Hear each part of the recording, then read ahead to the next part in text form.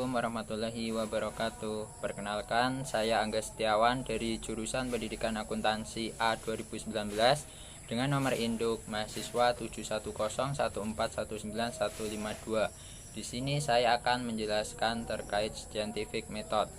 Scientific method adalah proses pembelajaran yang dirancang sedemikian rupa agar peserta didik secara aktif mengkonstruk konsep, hukum, atau prinsip melalui tahapan-tahapan mengamati, merumuskan masalah, mengajukan atau merumuskan hipotesis, mengumpulkan data dengan berbagai teknik, menganalisis data, menarik kesimpulan, dan mengomunikasikan konsep, hukum, atau prinsip yang ditemukan.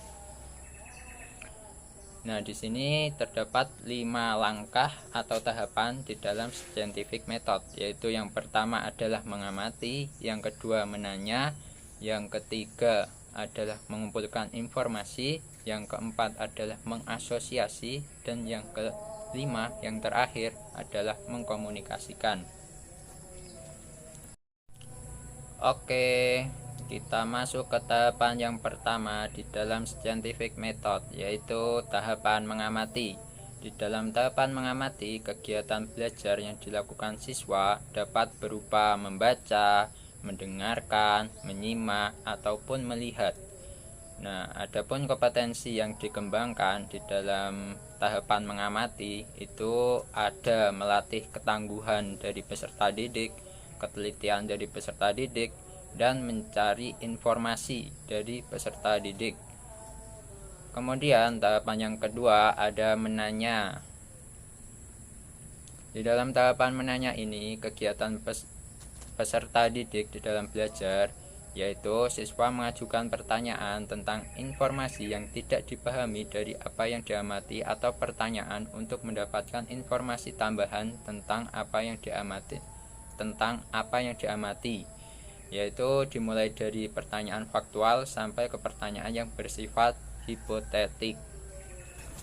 Adapun kompetensi yang dikembangkan di dalam tahapan mengamati yaitu mengembangkan kreativitas, rasa ingin tahu, kemampuan merumuskan pertanyaan untuk membentuk pikiran kritis yang perlu untuk hidup cerdas dan belajar sepanjang hayat.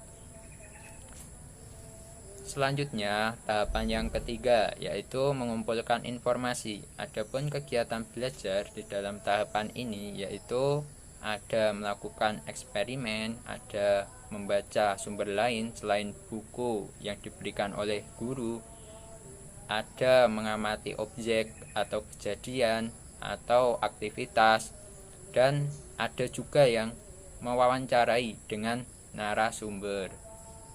Nah, selanjutnya ada kompetensi yang dikembangkan di dalam tahapan mengumpulkan informasi, yaitu mengembangkan sikap teliti, jujur, sopan, menghargai pendapat orang lain, kemampuan berkomunikasi, menerapkan kemampuan mengumpulkan informasi melalui berbagai cara yang dipelajari, mengembangkan kebiasaan belajar dan belajar sepanjang hayat.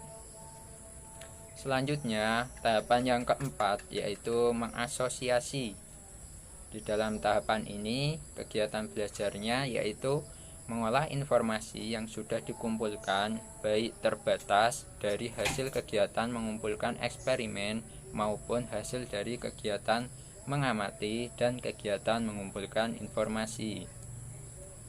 Adapun kompetensi yang dikembangkan di dalam tahapan ini yaitu mengembangkan sikap jujur, teliti, disiplin, taat aturan, kerja keras, kemampuan menerangkan prosedur, dan kemampuan berpikir induktif serta deduktif dalam menyimpulkan suatu permasalahan.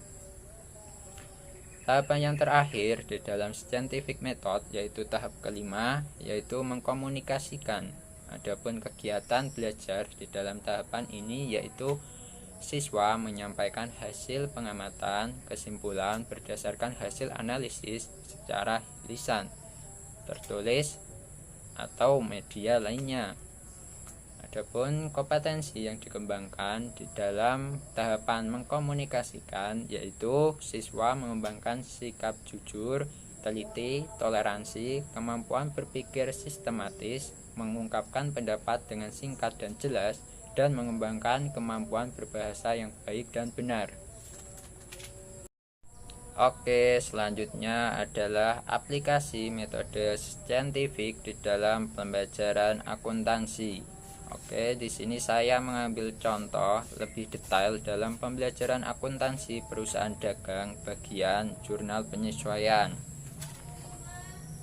Aplikasi secara langsung, yaitu di dalam tahap mengamati, adalah guru membuka pembelajaran akuntansi dengan nada penuh semangat sehingga akan menimbulkan aura yang positif dalam diri siswa.